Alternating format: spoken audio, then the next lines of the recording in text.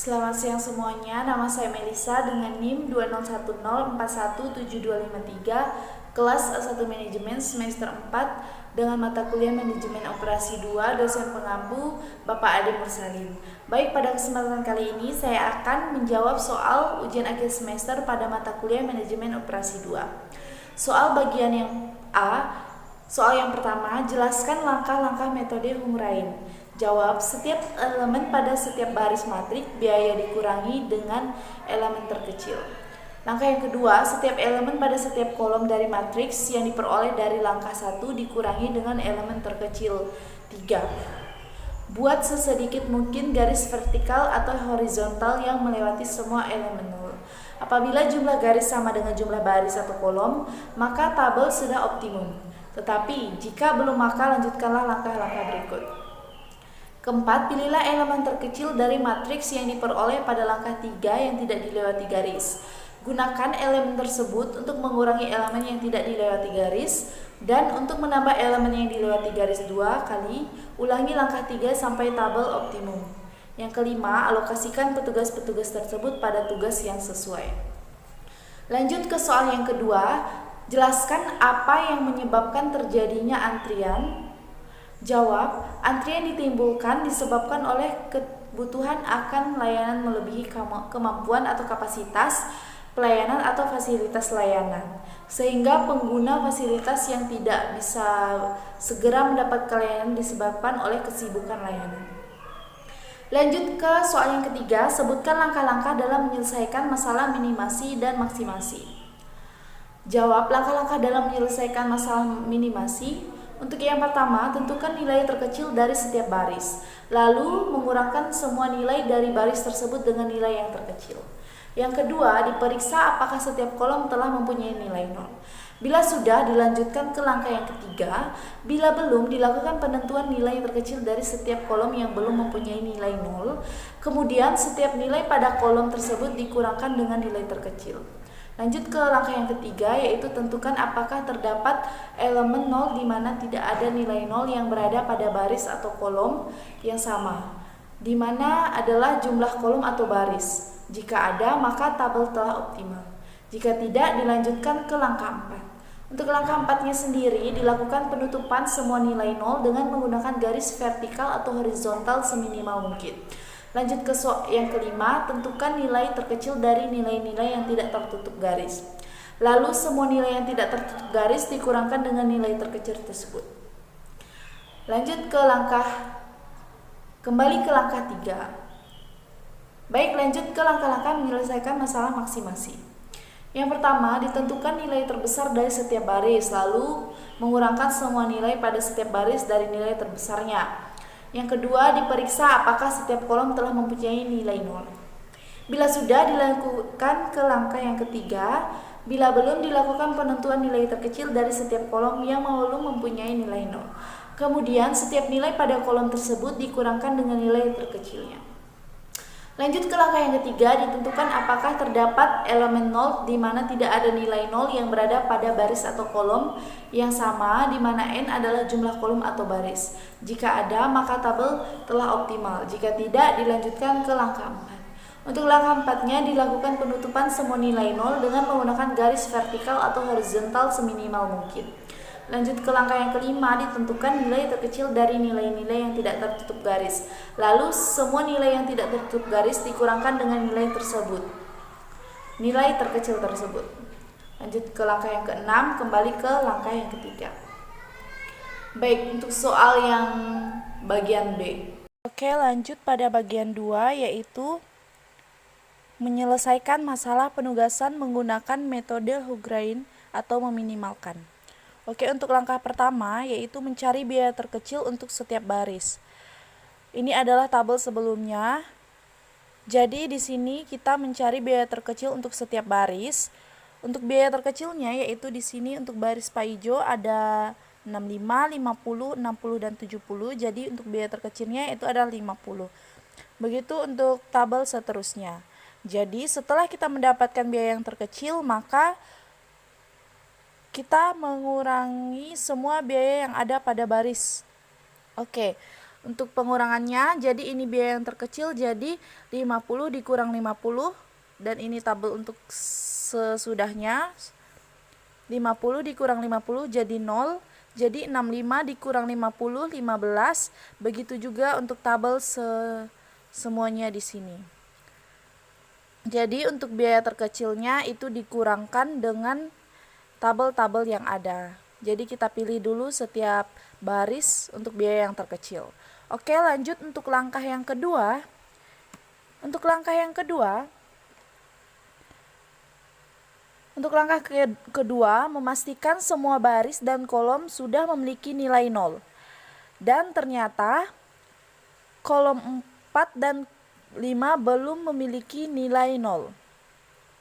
Dengan demikian, perlu dicari lagi nilai terkecil pada kolom tersebut untuk selanjutnya digunakan untuk mengurangi semua nilai yang ada pada kolom tersebut atau kolom yang sama. Dengan langkah ini maka diperoleh hasil di sini untuk kolom 4 dan kolom 5 pada Paijo dan Paijah di sini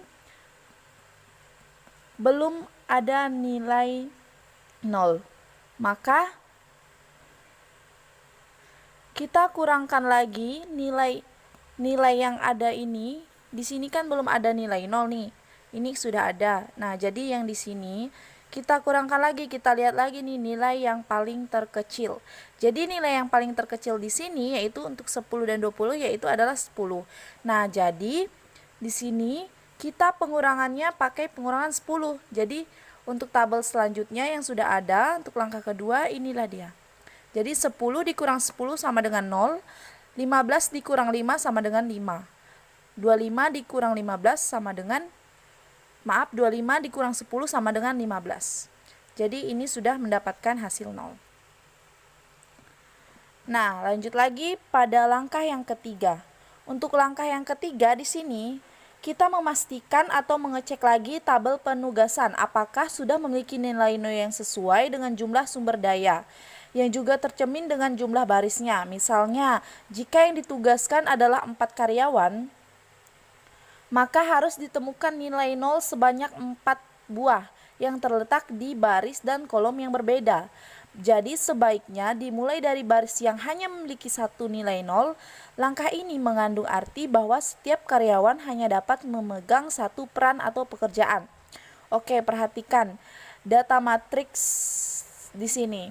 Ternyata nilai 0 yang ditemukan pada baris 3 dan 4 atau Wanto dan Wanti di sini masih belum ada nilai 0. Meskipun berbeda baris namun masih dalam kolom yang sama, jadi sehingga dapat dipastikan masalah belum optimal dan diperlukan langkah selanjutnya.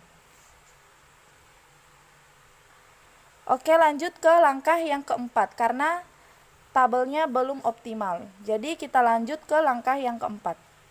Karena belum optimal, maka langkah selanjutnya adalah menarik garis yang menghubungkan minimal 2 buah nilai 0 seperti pada tabel di sini, di langkah 4.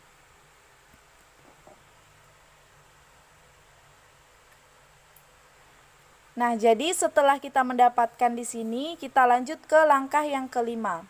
Untuk langkah yang kelima yaitu adalah perhatikan nilai-nilai yang belum terkena garis. Pilih nilai yang paling kecil dari tabel di atas. Oke, kita perhatikan. Nilai di sini yang belum terkena garis. Yang belum terkena garis yaitu adalah bagian ini, Wanto dan Wanti. Jadi kita perhatikan nilai di sini, nilai yang paling terkecilnya yaitu adalah 10. Kemudian nilai 10 tersebut dipergunakan untuk mengurangi nilai-nilai yang lain yang belum terkena garis dan digunakan untuk menambah nilai-nilai yang terkena garis ganda dengan langkah ini. Oke. Di sini berarti kita kurangkan. Jadi nanti kita bakal dapat nilai yang seperti ini. Karena ini tadi di sini tadi kan belum terkena garis nih. Jadi yang 10 ini kita kurangkan. 10 dikurang 10 0. 15 dikurang 10 jadi 5. Jadi inilah hasil untuk langkah yang kelima. Oke. Lanjut ke langkah yang ke-6. Untuk langkah yang ke-6 sendiri yaitu adalah apakah sudah ditemukan nilai nol sejumlah atau sebanyak sumber daya. Oke, di sini kenapa saya garis ini, kotak-kotak ini nolnya, ini karena sudah mempunyai nilai nol untuk satu sama lain untuk setiap baris dan kolom udah ada nolnya. Oke, dan ternyata untuk tabel penugasan di atas sudah berhasil ditemukan 4 buah nilai nol sejumlah karyawan yang akan ditugaskan yang berada di baris dan kolom yang berbeda, artinya tabel penugasan di atas sudah optimal. Jadi ini tabelnya sudah optimal ya. Oke, untuk kesimpulannya sendiri di sini, Paijo dialokasikan pada baris tugas memotong sama dengan 60. Nah, ini dia. Paijo berarti di sini untuk kesimpulannya Paijo dialokasikan pada tugas memotong dengan nilai 60. Oke. Sedangkan Paija dialokasikan pada tugas memasak yaitu adalah 45. Untuk Paija dialokasikan ke tugas memasak yaitu 45. Begitu juga yang seterusnya untuk Wanto dialokasikan pada tugas adonan yaitu 50 dan Wanti dialokasikan pada tugas mengemas yaitu sama dengan 60. Nah, jadi maka pengalokasian pengoptimalan pekerjaan terhadap 4 karyawan tersebut yaitu adalah 215 dengan dikalikan 1000, jadi untuk pengalokasian pekerjaan tersebut untuk perharinya mereka mendapatkan 215.000. Jadi inilah untuk kasus yang pertama. Baik, lanjut pada kasus yang kedua yaitu maksimisasi. Jadi untuk soalnya, perusahaan mempunyai 5 orang karyawan yang akan ditugaskan di 5 kota yaitu Kota Singkawang, Landak, Pemangkat, Mempawah, dan Semparuk. Diperkirakan hasil penjualan yang akan dicapai dengan menggunakan metode Hunggraian sebagai berikut. Jadi ini adalah tabelnya. Oke, untuk tujuannya yang ingin dicapai ialah penugasan yang baik dan hasil penjualan perusahaan dari kelima kota tersebut yang paling optimal. Baik, untuk langkah yang pertama menentukan nilai terbesar. Jadi untuk menentukan nilai terbesar dari setiap baris, lalu mengurangkan semua nilai pada setiap baris dari nilai yang terbesar. Jadi di sini untuk tabel di sini kita lihat pada baris Ali kita lihat nilai yang paling besar yaitu adalah 15. Jadi 15 ini dikurangkan dengan nilai 8, 10, 12 dan 10. Jadi inilah akan hasilnya. Jadi di 15 dikurang 15 sama dengan 0, 15 dikurang 8 sama dengan 7, 15 dikurang 10 sama dengan 5, 12 dikurang 15 sama dengan 3, 15 dikurang 10 sama dengan 5. Jadi lanjut pada setiap baris Badu, Painem, Siti, dan Paijo. Jadi di sini tinggal kita lihat nilai yang paling terbesarnya lagi untuk baris Badu yaitu adalah 15. Jadi di sini kita kurangkan semuanya 15. Untuk Painem di sini kita lihat nilai yang paling terbesar yaitu 12. Jadi di sini kita kurangkan semuanya 12. Untuk Siti yaitu di sini ada nilai 16 yang terbesar, jadi di sini kita kurangkan dengan nilai 16. Untuk Paijo sendiri di sini ada nilai yang paling terbesar yaitu 17, jadi tinggal kita kurangkan nilainya 17. Jadi untuk seperti contohnya seperti 17 dikurang 10 sama dengan 7. 17 dikurang 13 sama dengan 4. Baik, lanjut ke langkah selanjutnya. Untuk langkah selanjutnya yaitu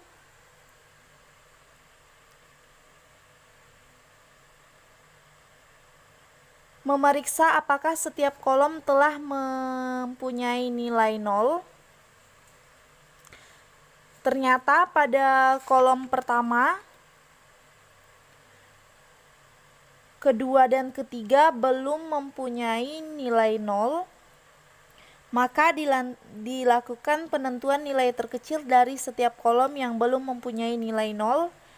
Kemudian setiap nilai pada kolom tersebut dikurangkan dengan nilai terkecil sehingga hasilnya dapat dilihat pada tabel di sini. Oke, jadi di sini nilai nolnya yang belum ada yaitu pada pada kolom pertama, kedua, dan ketiga. Jadi di sini kolom pertama, kolom kedua, dan kolom ketiga. Di sini belum ada nilai nol. Sedangkan kolom keempat dan kolom kelima sudah ada nilai nolnya. Jadi untuk kita cari selanjutnya yaitu pada kolom pertama, kedua, dan ketiga. Maka ditemukan hasilnya seperti di sini. Karena tadi kita lihat untuk di sini untuk kolom ini kita kurangkan untuk nilai yang paling terkecil kita kurangkan dengan kolom di sini. Oke, baik. Jadi di sini nilai yang paling terkecilnya yaitu adalah 1. Jadi 1 inilah yang akan kita kurangkan pada Ali, Painem, Siti, dan Paijo. Jadi untuk 1 ini dikurang seperti di sini. 1 dikurang 5 sama dengan 4. 1 dikurang 1 sama dengan 0. 1 dikurang 3 sama dengan 2. 3 dikurang 1 sama dengan 2 juga. Dan 7 dikurang 1 sama dengan 6. Begitu selanjutnya sampai pada kolom ketiga. 1, 2, 3.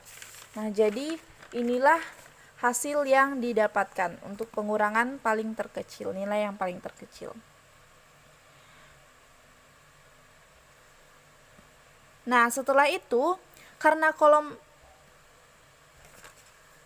kolom pada semparuk atau kolom E di sini terisi angka 0 pada karyawan pertama dan kedua. Di sini ada angka 0 pada karyawan pertama dan kedua dan ketiga. Maka akan dilakukan perhitungan lagi dengan mengurangkan dengan angka terkecil pada semua angka yang tidak tertutup garis. Jadi di sini sudah saya tutup garis. Jadi yang untuk pengurangannya akan dilakukan pada nilai yang terkecil di sini. Baik, di sini kita lihat nilai yang paling terkecilnya yaitu adalah 2. Jadi di sini kita kurangkan dengan angka 2. 2 dikurang 2 sama 0, 7 dikurang 2 sama dengan 5, 2 dikurang 2 sama dengan 0, dan 4 dikurang 2 sama dengan 2. Begitu juga selanjutnya di sini. Oke, baik.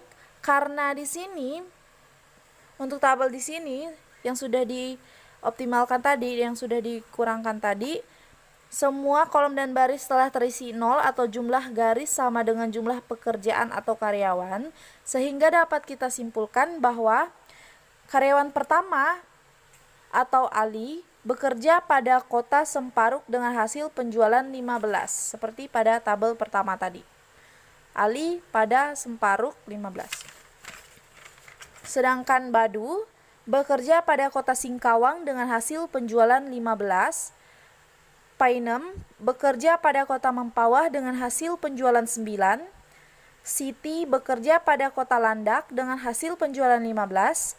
Dan Paijo bekerja pada kota Pemangkat dengan hasil penjualan 14. Sehingga total keuntungan yang dapat didapatkan ialah 68. Baik, sekian dari kasus yang kedua. Baik, lanjut ke soal bagian C. Bagian C berkenaan dengan video manajemen operasi 2. Untuk soal yang pertama, sebutkan dan jelaskan judul ketiga video di atas. Jawab. Video pertama tentang teori antrian. Video yang kedua tentang penugasan minimalis dengan metode Hugraya. Video yang ketiga tentang metode assignment atau penugasan. Siapa pembicara dari ketiga video tersebut di atas? Untuk pembicaranya yaitu adalah Mukti Ratnadewi, SSI MSc, Anya Nuriana Manikam, dan Dr. Beni Oksta Nasababan, dan Dr. Yesi Devita Sari. Lanjut ke soal yang ketiga, jelaskan apa-apa yang dibicarakan oleh ketiga pembicara dalam 3 video tersebut di atas. Jawab. Video pertama menjelaskan tentang pengertian atau apa itu teori antrian. Setelah itu pembicara menjelaskan manfaat dan dampak dalam teori antrian. Dan pembahasan selanjutnya yaitu struktur dasar antrian. Untuk video yang kedua menjelaskan tentang apa itu metode penugasan. Setelah itu pembicara menjelaskan tentang kasus atau pembicara memberikan salah satu contoh dalam kasus penugasan minimasi dalam metode Hugraya. Untuk video yang ketiga menjelaskan tentang pengertian metode assignment atau penugasan. Untuk lanjut membahas soal dalam metode penugasan. Untuk soal yang keempat, pelajaran apa yang Anda dapatkan atau Anda peroleh dari menonton ketiga video di atas? Jawab, yang saya dapatkan setelah saya menonton ketiga video tersebut yaitu yang pertama, mendapatkan ilmu pengetahuan dan wawasan tentang manfaat dan dampak dari teori antrian, serta mengetahui tentang pengerjaan dari kasus-kasus metode penugasan. Lanjut ke soal yang kelima, manfaat apa yang Anda dapatkan dari menonton video tersebut dan bagaimana Anda menerapkannya dalam teori-teori yang dijelaskan oleh ketiga pembicara di atas. Jawab, manfaat yang saya dapatkan yaitu semakin meningkatkan ilmu pengetahuan saya tentang mata kuliah dari manajemen operasi. Baik, sekian dari saya. Mohon maaf jika ada kesalahan kata. Saya ucapkan terima kasih.